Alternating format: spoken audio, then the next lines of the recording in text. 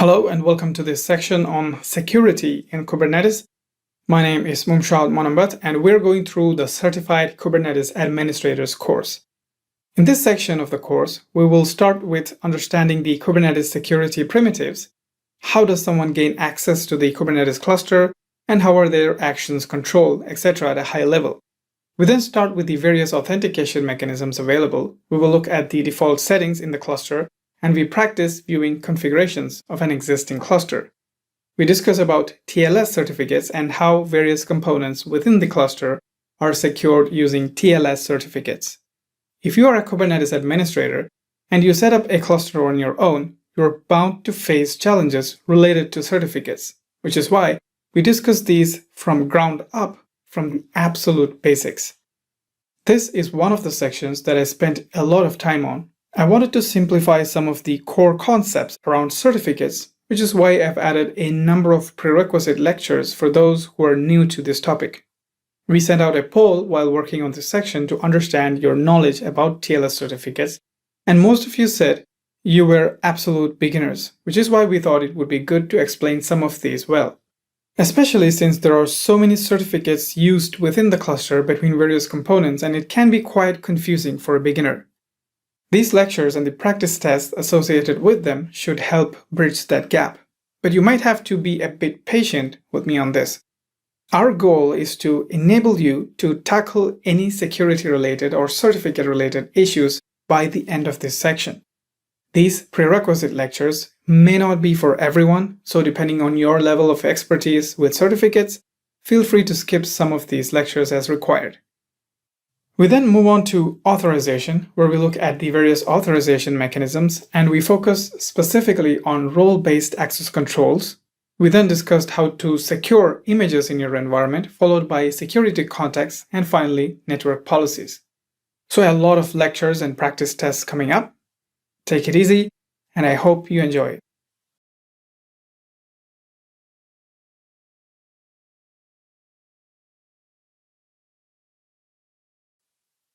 Hello and welcome to this lecture.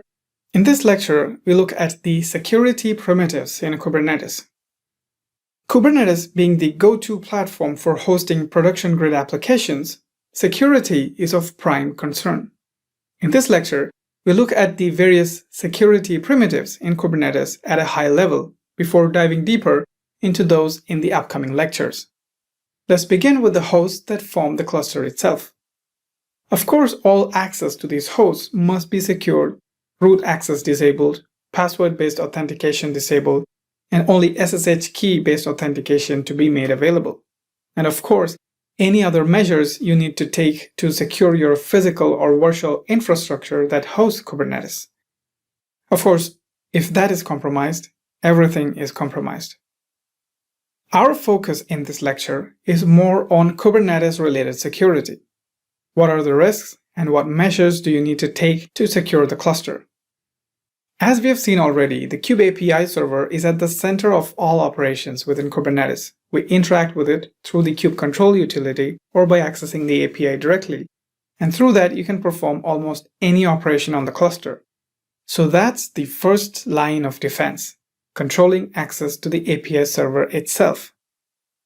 We need to make two types of decisions. Who can access the cluster, and what can they do? Who can access the API server is defined by the authentication mechanisms.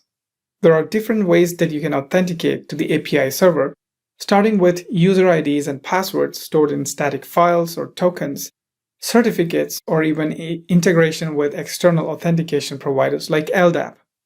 Finally, for machines, we create service accounts. We will look at these in more detail in the upcoming lectures. Once they gain access to the cluster, what can they do is defined by authorization mechanisms. Authorization is implemented using role-based access controls, where users are associated to groups with specific permissions. In addition, there are other authorization modules like the attribute-based access control, node authorizers, webhooks, etc. Again, we look at these in more detail in the upcoming lectures. All communication with the cluster between the various components such as the etcd cluster, the kube controller manager, scheduler, API server, as well as those running on the worker nodes such as the kubelet and the kube proxy is secured using TLS encryption. We have a section entirely for this where we discuss and practice how to set up certificates between the various components. What about communication between applications within the cluster? By default, all pods can access all other pods within the cluster. Now, you can restrict access between them using network policies. We will look at how exactly that is done later in the network policies section. So that was a high-level overview of the various security primitives in Kubernetes. We will now look at these in much more detail going forward.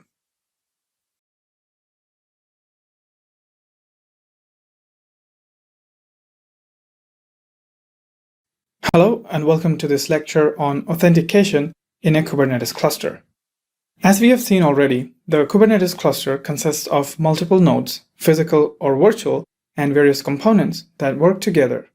You have users like administrators that access the cluster to perform administrative tasks, the developers that access the cluster to test or deploy applications. We have end users who access the applications deployed on the cluster, and we have third-party applications accessing the cluster for integration purposes. Throughout this section, we will discuss how to secure our cluster by securing the communication between internal components and securing management access to the cluster through authentication and authorization mechanisms. In this lecture, our focus is on securing access to the Kubernetes cluster with authentication mechanisms. So we talked about the different users that may be accessing the cluster. Security of end users who access the applications deployed on the cluster is managed by the applications themselves internally. So we will take them out of our discussion. Our focus is on users' access to the Kubernetes cluster for administrative purposes. So we are left with two types of users: humans, such as the administrators and developers, and robots, such as other processes or services or applications that require access to the cluster. Kubernetes does not manage user accounts natively. It relies on an external source like a file with user details or certificates or a third-party identity service like LDAP to manage these users. And so you cannot create users in a Kubernetes cluster or view the list of users like this. However, in case of service accounts, Kubernetes can manage them. You can create and manage service accounts using the Kubernetes API. We have a section on service accounts exclusively where we discuss and practice more about service accounts. For this lecture, we will focus on users in Kubernetes. All user access is managed by the API server, whether you're accessing the cluster through Kube Control Tool or the API directly. All of these requests go through the Kube API server. The Kube API server authenticates the request before processing it. So how does the Kube API server authenticate? There are different authentication mechanisms that can be configured. You can have a list of username and passwords in a static password file, or usernames and tokens in a static token file, or you can authenticate using certificates. And another option is to connect to third-party authentication protocols like LDAP, Kerberos, etc. We will look at some of these next. Let's start with static password and token files, as it is the easiest to understand. Let's start with the simplest form of authentication. You can create a list of users and their passwords in a CSV file and use that as the source for user information. The file has 3 columns: password, username, and user ID.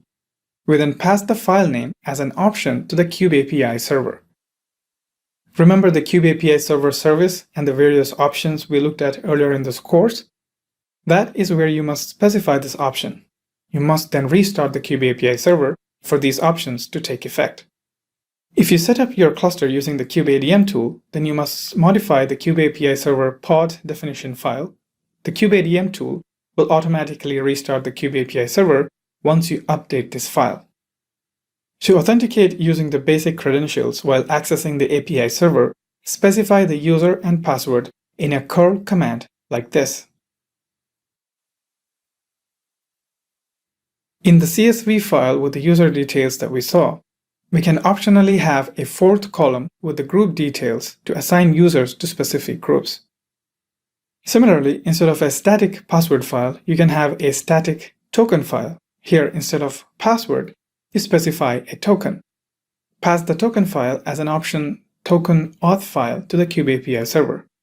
While authenticating, specify the token as an authorization bearer token to your request like this. That's it for this lecture. Remember that this authentication mechanism that stores usernames, passwords, and tokens in clear text in a static file is not a recommended approach, as it is insecure. But I thought this was the easiest way to understand the basics of authentication in Kubernetes. Going forward, we will look at other authentication mechanisms. I also want to point out that if you are trying this out in a kubeADM setup, you must also consider volume mounts to pass in the auth file. Details about these are available in the article that follows, and remember to set up authorization for the new users. We will discuss about authorization later in this course. In the upcoming lectures, we will discuss about certificate-based authentication and how the various components within Kubernetes cluster are secured using certificates.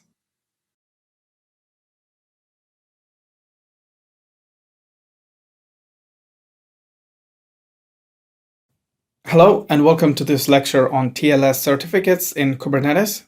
Securing the cluster with TLS and troubleshooting TLS-related issues can be especially difficult if you are not familiar with the basics of TLS certificates.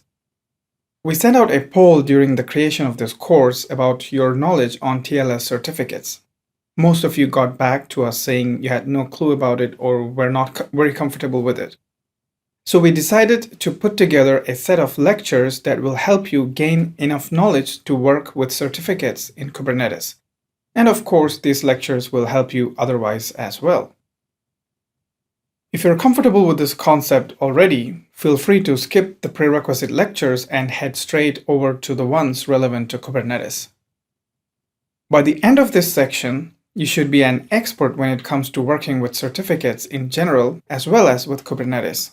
You should be able to easily configure and troubleshoot issues related to certificates, and the only way to do it, as I understand, is to learn and understand how it works in and out. And that's what we're going to do in this section.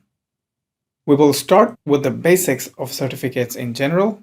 If you're already comfortable with certificates, certificate authorities, and how they work, feel free to skip this lecture and go over to the next where we discuss this in the Kubernetes terms.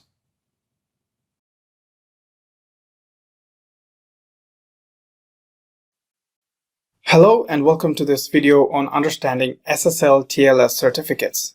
In this video, we will look at the absolute basics of what TLS certificates are, why you need them, and how you can configure certificates to secure SSH or web servers. A certificate is used to guarantee trust between two parties during a transaction. For example, when a user tries to access a web server, TLS certificates ensure that the communication between the user and the server is encrypted and the server is who it says it is. Let's take a look at a scenario. Without secure connectivity, if a user were to access his online banking application, the credentials he types in would be sent in a plain text format. A hacker sniffing network traffic could easily retrieve the credentials and use it to hack into the user's bank account. Well, that's obviously not safe, so you must encrypt the data being transferred using encryption keys. The data is encrypted using a key, which is basically a set of random numbers and alphabets. You add the random number to your data and you encrypt it into a format that cannot be recognized. The data is then sent to the server. The hacker sniffing the network gets the data, but can't do anything with it. However, the same is the case with the server receiving the data. It cannot decrypt the data without the key. So a copy of the key must also be sent to the server so that the server can decrypt and read the message. Since the key is also sent over the same network, the attacker can sniff that as well and decrypt the data with it. This is known as symmetric encryption. It is a secure way of encryption, but since it uses the same key to encrypt and decrypt the data, and since the key has to be exchanged between the sender and the receiver, there is a risk of a hacker gaining access to the key and decrypting the data. And that's where asymmetric encryption comes in. Instead of using a single key to encrypt and decrypt data, asymmetric encryption uses a pair of keys, a private key and a public key. Well, they are private and public keys, but for the sake of this example, we will call it a private key and a public lock. We will get back to that at the end, but for now, think of it as a key and a lock pair. A key which is only with me, so it's private. A lock that anyone can access, so it's public. The trick here is if you encrypt or lock the data with your lock, you can only open it with the associated key. So your key must always be secure with you and not be shared with anyone else. It's private. But the lock is public and may be shared with others. But they can only lock something with it. No matter what is locked using the public lock, it can only be unlocked by your private key. Before we go back to our web server example, let's look at an even simpler use case of securing SSH access to servers using key pairs. You have a server in your environment that you need access to. You don't want to use passwords as they're too risky. So you decide to use key pairs. You generate a public and private key pair. You can do this by running the SSH keygen command. It creates two files. ID_RSA is the private key and ID_RSA.pub is the public key. Well, not a public key, a public lock.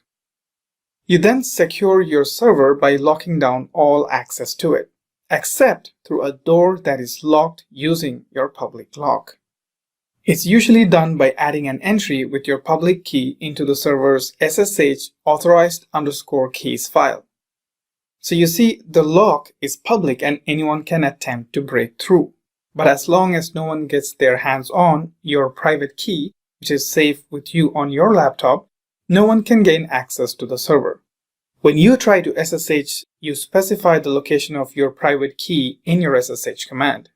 What if you have other servers in your environment? How do you secure more than one server with your key pair? Well, you can create copies of your public lock and place them on as many servers as you want. You can use the same private key to SSH into all of your servers securely. What if other users need access to your servers? Well, they can do the same thing. They can generate their own public and private key pairs. As the only person who has access to those servers, you can create an additional door for them and lock it with their public locks. Copy their public locks to all the servers, and now other users can access the servers using their private keys. Let's go back to our web server example. You see, the problem we had earlier with symmetric encryption was that the key used to encrypt data had to be sent to the server over the network along with the encrypted data. And so there is a risk of the hacker getting the key to decrypt the data. What if we could somehow get the key to the server safely? Once the key is safely made available to the server and client can safely continue communication with each other using symmetric encryption. To securely transfer the symmetric key from the client to the server, we use asymmetric encryption. So we generate a public and private key pair on the server. We're going to refer to the public lock as public key going forward, now that you have got the idea. The SSH keygen command was used earlier to create a pair of keys for SSH purposes. So the format is a bit different. Here we use the OpenSSL command to generate a private and public key pair. And that's how they look. When the user first accesses the web server using HTTPS, he gets the public key from the server. Since the hacker is sniffing all traffic, let us assume he too gets a copy of the public key. We'll see what he can do with it. The user, in fact the user's browser, then encrypts the symmetric key using the public key provided by the server. The symmetric key is now secure. The user then sends this to the server. The hacker also gets a copy. The server uses the private key to decrypt the message and retrieve the symmetric key from it. However, the hacker does not have the private key to decrypt and retrieve the symmetric key from the message it received. The hacker only has the public key with which he can only lock or encrypt a message and not decrypt the message. The symmetric key is now safely available only to the user and the server. They can now use the symmetric key to encrypt data and send to each other. The receiver can use the same symmetric key to decrypt data and retrieve information. The hacker is left with the encrypted messages and public keys with which he can't decrypt any data. With asymmetric encryption, we have successfully transferred the symmetric keys from the user to the server, and with symmetric encryption, we have secured all future communication between them. Perfect. The hacker now looks for new ways to hack into your account, and so he realizes that the only way he can get your credentials is by getting you to type it into a form he presents. So he creates a website that looks exactly like your bank's website. The design is the same, the graphics are the same, the website is a replica of the actual bank's website. He hosts the website on his own server. He wants you to think it's secure too, so he generates his own set of public and private key pairs and configures them on his web server. And finally, he somehow manages to tweak your environment or your network to route your requests going to your bank's website to his servers. When you open up your browser and type the website address in, you see a very familiar page, the same login page of your bank that you're used to seeing. So you go ahead and type in the username and password. You make sure you typed in HTTPS in the URL to make sure the communication is secure and encrypted. Your browser receives a key. You send encrypted symmetric key, and then you send your credentials encrypted with the key, and the receiver decrypts the credentials with the same symmetric key. You've been communicating securely in an encrypted manner, but with the hacker's server. As soon as you send in your credentials, you see a dashboard that doesn't look very much like your bank's dashboard. What if you could look at the key you received from the server and say if it is a legitimate key from the real bank server? When the server sends the key, it does not send the key alone. It sends a certificate that has the key in it. If you take a closer look at the certificate, you will see that it is like an actual certificate, but in a digital format. It has information about who the certificate is issued to, the public key of that server, the location of that server, etc. On the right, you see the output of an actual certificate.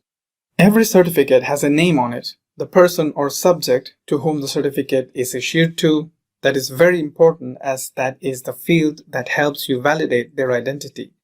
If this is for a web server, this must match what the user types in the URL on his browser.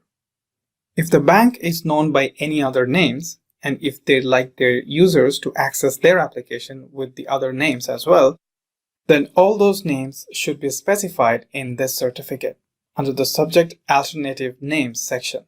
But you see, anyone can generate a certificate like this. You could generate one for yourself saying you're Google. And that's what the hacker did in this case. He generated a certificate saying he is your bank's website. So how do you look at a certificate and verify if it is legit? That is where the most important part of the certificate comes into play. Who signed and issued the certificate? If you generated a certificate, then you will have to sign it by yourself. That is known as a self-signed certificate. Anyone looking at the certificate you generated will immediately know that it is not a safe certificate because you have signed it. If you looked at the certificate you received from the hacker closely, you would have noticed that it was a fake certificate that was signed by the hacker himself. As a matter of fact, your browser does that for you. All of the web browsers are built in with a certificate validation mechanism wherein the browser checks the certificate received from the server and validates it to make sure it is legitimate. If it identifies it to be a fake certificate, then it actually warns you. So then how do you create a legitimate certificate for your web servers that the web browsers will trust? How do you get your certificates signed by someone with authority? That's where certificate authorities or CAs comes in. They're well-known organizations that can sign and validate your certificates for you. Some of the popular ones are Symantec, DigiCert, Comodo, GlobalSign, etc. The way this works is, you generate a certificate signing request or CSR using the key you generated earlier and the domain name of your website. You can do this again using the OpenSSL command. This generates a my-bank.csr file, which is the certificate signing request that should be sent to the CA for signing. It looks like this. The certificate authorities verify your details, and once it checks out, they sign the certificate and send it back to you. You now have a certificate signed by a CA that the browsers trust. If hacker tried to get his certificate signed the same way, he would fail during the validation phase, and his certificate would be rejected by the CA. So the website that he is hosting won't have a valid certificate. The CAs use different techniques to make sure that you're the actual owner of that domain. You now have a certificate signed by a CA that the browsers trust. But how do the browsers know that the CA itself was legitimate? For example, what if the certificate was signed by a fake CA? In this case, our certificate was signed by Symantec. How would the browser know Symantec is a valid CA and that the certificate was in fact signed by Symantec and not by someone who says they are Symantec? The CAs themselves have a set of public and private key pairs. The CAs use their private keys to sign the certificates. The public keys of all the CAs are built into the browsers. The browser uses the public key of the CA to validate that the certificate was actually signed by the CA themselves. You can actually see them in the settings of your web browser under Certificates. They're under Trusted CAs tab. Now these are public CAs that help us ensure the public websites we visit, like our banks, emails, etc., are legitimate. However, they don't help you validate sites hosted privately, say within your organization. For example, for accessing your payroll or internal email applications. For that, you can host your own private CAs. Most of these companies listed here have a private offering of their services. A CA server that you can deploy internally within your company. You can then have the public key of your internal CA server installed on all your employees' browsers and establish secure connectivity within your organization. So let's summarize real quick. We have seen why you may want to encrypt messages being sent over a network. To encrypt messages, we use asymmetric encryption with a pair of public and private keys. An admin uses a pair of keys to secure SSH connectivity to the servers. The server uses a pair of keys to secure HTTPS traffic. But for this, the server first sends a certificate signing request to a CA. The CA uses its private key to sign the CSR. Remember, all users have a copy of the CA's public key. The signed certificate is then sent back to the server. The server configures the web application with the signed certificate. Whenever a user accesses the web application, the server first sends the certificate with its public key.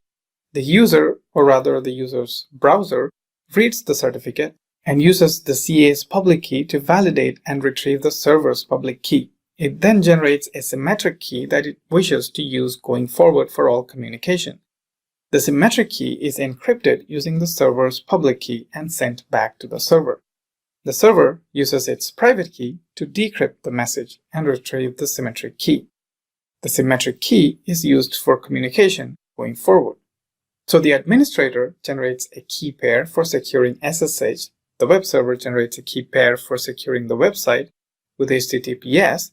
The certificate authority generates its own set of key pair to sign certificates. The end user, though, only generates a single symmetric key. Once he establishes trust with the website, he uses his username and password to authenticate to the web server. With the server's key pairs, the client was able to validate that the server is who they say they are. But the server does not for sure know if the client is who they say they are. It could be a hacker impersonating a user by somehow gaining access to his credentials. Not over the network for sure, as we have secured it already with TLS, maybe by some other means. Anyway, so what can the server do to validate that the client is who they say they are? For this, as part of the initial trust-building exercise, the server can request a certificate from the client, and so the client must generate a pair of keys and a signed certificate from a valid CA. The client then sends this certificate to the server for it to verify that the client is who they say they are. Now you must be thinking, you have never generated a client certificate to access a website. Well, that's because TLS client certificates are not generally implemented on web servers. Even if they are, it's all implemented under the hoods, so a normal user don't have to generate and manage certificates manually. So that was the final piece about client certificates. This whole infrastructure, including the CA, the servers, the people, and the process of generating, distributing, and maintaining digital certificates is known as Public Key Infrastructure, or PKI. Finally, let me clear up something before you leave. I've been using the analogy of a key and lock for private and public keys. If I gave you the impression that only the lock or the public key can encrypt data, then please forgive me, as it's not true.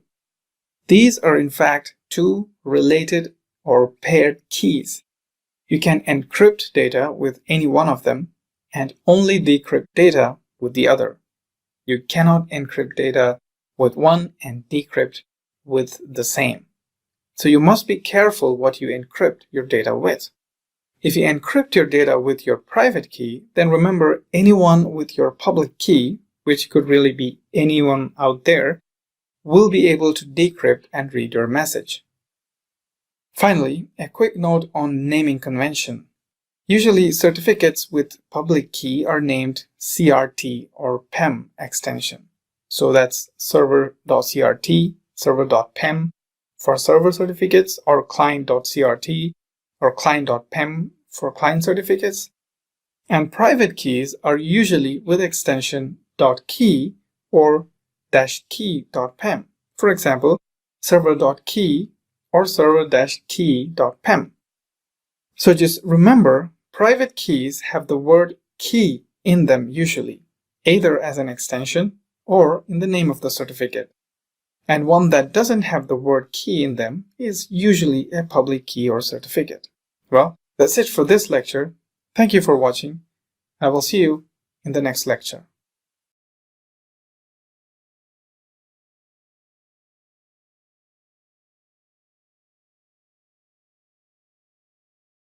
Hello and welcome to this lecture. In this lecture, we look at securing your Kubernetes cluster with TLS certificates. In the previous lecture, we saw what public and private keys are, how a server uses public and private keys to secure connectivity. We will call them serving certificates. We saw what a certificate authority is. We learned that the CA has its own set of public and private key pairs that it uses to sign server certificates. We will call them root certificates. We also saw how a server can request a client to verify themselves using client certificates. So 3 types of certificates: server certificates configured on those servers, root certificate configured on the CA servers, and then client certificates configured on the clients. And a quick note on naming convention before we go forward. You're going to see a lot of certificate files in this lecture, and it could be very confusing. So use this technique to know which one is which. Usually, certificates with public keys are named CRT or PEM extension. So that's server CRT or server.pem for server certificates, or client.crt or client.pem for client certificates. And private keys are usually with extension .key or with a -key in the file names. For example, server.key or server-key.pem. So just remember, private keys have the word key in them usually. either as an extension or in the name of the certificate. And one that doesn't have the word key in them is usually a public key or certificate. That's how I remember it. We will now see how these concepts relate to a Kubernetes cluster. The Kubernetes cluster consists of a set of master and worker nodes. Of course, all communication between these nodes need to be secure and must be encrypted. All interactions between all services and their clients need to be secure.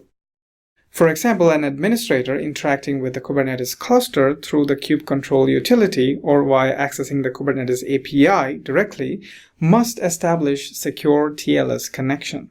Communication between all the components within the Kubernetes cluster also need to be secured.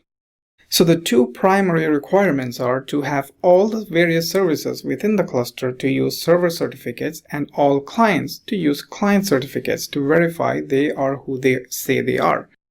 Let's look at the different components within the Kubernetes cluster and identify the various servers and clients and who talks to who. Let's start with the kubeAPI server. As we know already, the API server exposes an HTTPS service that other components as well as external users use to manage the Kubernetes cluster. So it is a server and it requires certificates to secure all communication with its clients. So we generate a certificate and key pair. We call it API server.cert and API server.key. We will try to stick to this naming convention going forward. Anything with a .crt extension is the certificate and .key extension is the private key. Also remember, these certificate names could be different in different Kubernetes setups, depending on who and how the cluster was set up. So these names may be different in yours. In this lecture, we will try to use names that help us easily identify the certificate files. Another server in the cluster is the etcd server. The etcd server stores all information about the cluster, so it requires a pair of certificate and key for itself. We will call it etcdserver.crt and etcdserver.key. The other server component in the cluster is on the worker nodes. They are the kubelet services. They also expose an HTTPS API endpoint that the kubeAPI server talks to interact with the worker nodes. Again, that requires a certificate and key pair. We call it kubelet.cert and kubelet.key. Those are really the server components in the Kubernetes cluster. Let's now look at the client components. Who are the clients who access these services? The clients who access the kubeAPI server are us, the administrators, through kubectl or REST API. The admin user requires a certificate and key pair to authenticate to the kubeAPI server. We will call it admin.crt and admin.key. The scheduler talks to the kubeAPI server to look for pods that require scheduling and then get the API server to schedule the pods on the right worker nodes. The scheduler is a client that accesses the kubeAPI server. As far as the kubeAPI server is concerned, the scheduler is just another client, like the admin user, so the scheduler needs to validate its identity using a client TLS certificate. So it needs its own pair of certificate and keys. We will call it scheduler.cert and scheduler.key. The kube controller manager is another client that accesses the kubeAPI server, so it also requires a certificate for authentication to the kubeAPI server, so we create a certificate pair for it. The last client component is the kube proxy. The kube proxy requires a client certificate to authenticate to the kubeAPI server, and so it requires its own pair of certificate and keys. We will call them kubeproxy.crt and kubeproxy.key. The servers communicate amongst them as well. For example, the kubeAPI server communicates with the etcd server. In fact, of all the components, the kubeAPI server is the only server that talks to the etcd server. So as far as the etcd server is concerned, the kubeAPI server is a client. So it needs to authenticate. The kubeAPI server can use the same keys that it used earlier for serving its own API service, the API server.crt and the API server.key files. Or you can generate a new pair of certificates specifically for the kubeAPI server to authenticate to the etcd server. The kubeAPI server also talks to the kubelet server on each of the individual nodes. That's how it monitors the worker nodes For this, again, it can use the original certificates or generate new ones specifically for this purpose. So that's too many certificates. Let's try and group them. There are a set of client certificates mostly used by clients to connect to the KubeAPI server, and there are a set of server-side certificates used by the KubeAPI server, etcd server, and kubelet to authenticate their clients. We will now see how to generate these certificates. As we know already, we need a certificate authority to sign all of these certificates. Kubernetes requires you to have at least one certificate authority for your cluster. In fact, you can have more than one. One for all the components in the cluster, and another one specifically for etcd. In that case, the etcd server's certificates and the etcd server's client certificates, which in this case is the API server client certificate, will be all signed by the etcd server CA. For now, we will stick to just one CA for our cluster. The CA, as we know, has its own pair of certificate and key. We will call it ca.crt and ca.key. That should sum up all the certificates used in the cluster.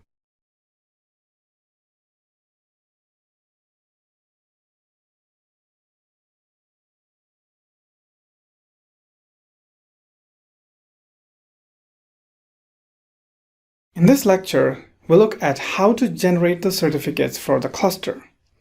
To generate certificates, there are different tools available, such as EasyRSA, OpenSSL, or CFSSL, etc., or many others. In this lecture, we will use OpenSSL tool to generate the certificates. This is where we left off. We will start with the CA certificates. First, we create a private key using the OpenSSL command, OpenSSL genrsa-out ca.key. Then we use the OpenSSL request command along with the key we just created to generate a certificate signing request. The certificate signing request is like a certificate with all of your details, but with no signature. In the certificate signing request, we specify the name of the component this certificate is for in the common name or CN field. In this case, since we are creating a certificate for the Kubernetes CA, we name it Kubernetes-CA. Finally, we sign the certificate using the OpenSSL x509 command and by specifying the certificate signing request we generated in the previous command. Since this is for the CA itself, it is self-signed by the CA using its own private key that it generated in the first step. Going forward, for all other certificates, we will use the CA key pair to sign them. The CA now has its private key and root certificate file. Great. Let's now look at generating the client certificates. We start with the admin user.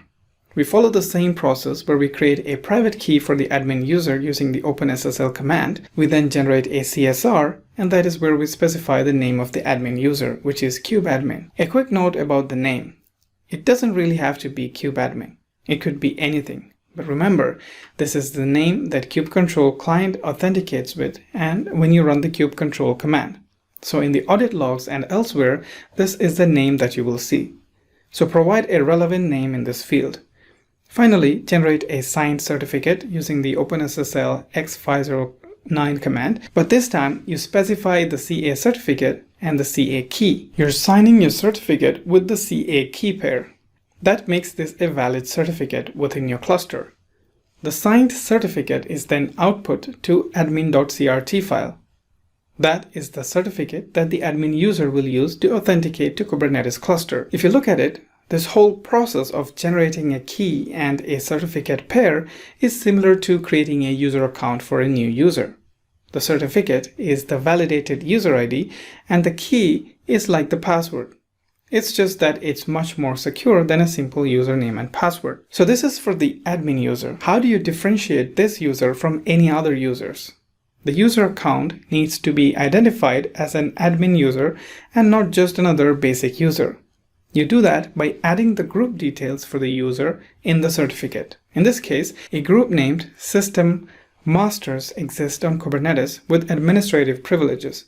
We will discuss about groups later, but for now, it's important to know that you must mention this information in your certificate signing request. You can do this by adding group details with the OU parameter while generating a certificate signing request. Once it's signed, We now have our certificate for the admin user with admin privileges. We follow the same process to generate client certificates for all other components that access the Kube API server. The Kube Scheduler. Now the Kube Scheduler is a system component, part of the Kubernetes control plane. So its name must be prefixed with the keyword system. The same with Kube Controller Manager. It is again a system component, so its name must be prefixed with the keyword system. And finally, Kube Proxy. So far, we have created CA certificates, then all of the client certificates, including the admin user, scheduler, controller manager, and Kube Proxy. We will follow the same procedure to create the remaining 3 client certificates for API servers and kubelets when we create the server certificates for them. So we will set them aside for now. Now, what do you do with these certificates? Take the admin certificate, for instance, to manage the cluster. You can use this certificate instead of a username and password in a REST API call you make to the Kube API server. You specify the key, the certificate, and the CA certificate as options. That's one simple way. The other way is to move all of these parameters into a configuration file called kubeconfig. Within that, specify the API server endpoint details, the certificates to use, etc. That is what most of the Kubernetes clients use. We will look at kubeconfig in depth in one of the upcoming lectures. Okay, so we're now left with the server-side certificates. But before we proceed, one more thing. Remember, in the prerequisite lecture, we mentioned that for clients to validate the certificates sent by the server and vice versa, they all need a copy of the certificate authority's public certificate, the one that we said is already installed within the user's browsers in case of a web application. Similarly, in Kubernetes, for these various components to verify each other, they all need a copy of the CA's root certificate. So whenever you configure a server or a client with certificates, you will need to specify the CA root certificate as well. Let's look at the server-side certificates now. Let's start with the etcd server. We follow the same procedure as before to generate a certificate for etcd. We will name it etcd-server. Etcd server can be deployed as a cluster across multiple servers as in a high availability environment. In that case, to secure communication between the different members in the cluster, we must generate additional peer certificates. Once the certificates are generated, specify them while starting the etcd server. There are key and cert file options where you specify the etcd server keys. There are other options available for specifying the peer certificates. And finally, as we discussed earlier, it requires the CA root certificate to verify that the clients connecting to the etcd server are valid. Let's talk about the Kube API server now. We generate a certificate for the API server like before. But wait, the API server is the most popular of all components within the cluster. Everyone talks to the Kube API server. Every operation goes through the Kube API server. Anything moves within the cluster, the API server knows about it. You need information, you talk to the API server. And so it goes by many names and aliases within the cluster. Its real name is Kube API server, but some call it Kubernetes. Because for a lot of people who don't really know what goes under the hoods of Kubernetes, the Kube API server is Kubernetes. Others like to call it Kubernetes.default, while some refer to it as Kubernetes.default.svc, and some like to call it by its full name, Kubernetes.default.svc.cluster.local. Finally, it is also referred to in some places simply by its IP address, the IP address of the host running the Kube API server, or the pod running it. So all of these names must be present in the certificate generated for the Kube API server. Only then those referring to the Kube API server by these names will be able to establish a valid connection. So we use the same set of commands as earlier to generate a key.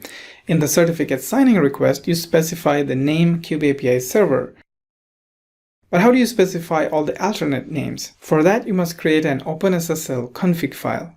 Create an OpenSSL.cnf file and specify the alternate names in the alt names section of the file. Include all the DNS names the API server goes by, as well as the IP address.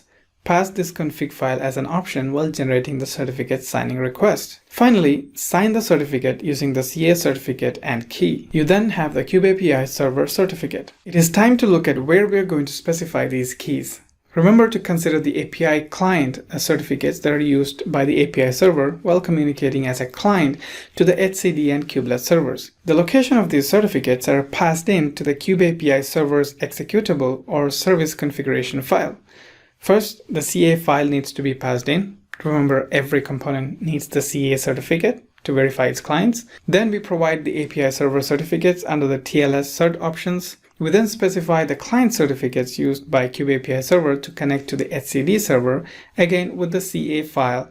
And finally, the kubeAPI server client certificates to connect to the kubelets. Next comes the kubelet server. The kubelet server is an HTTPS API server that runs on each node, responsible for managing the node. That's who the API server talks to monitor the node as well as send information regarding what pods to schedule on this node. As such, you need a key certificate pair for each node in the cluster. Now, what do you name these certificates? Are they all going to be named kubelets? No. They will be named after their nodes. Node 01, Node 02, and Node 03. Once the certificates are created, use them in the kubelet config file. As always, you specify the root CA certificate and then provide the kubelet node certificates. You must do this for each node in the cluster.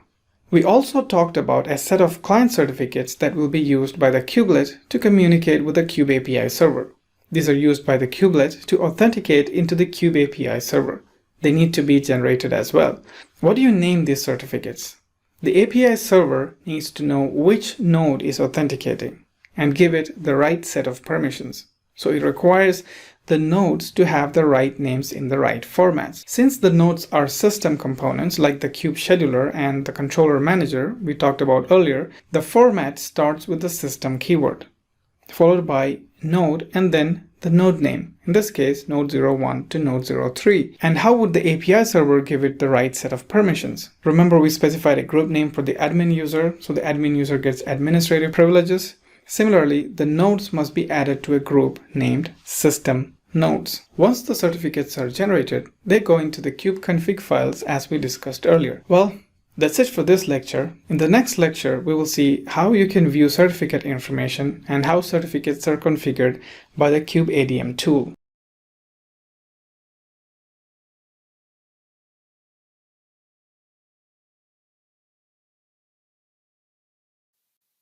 Hello and welcome to this lecture. In this lecture, we see how we can view certificates in an existing cluster. So you join a new team to help them manage their Kubernetes environment.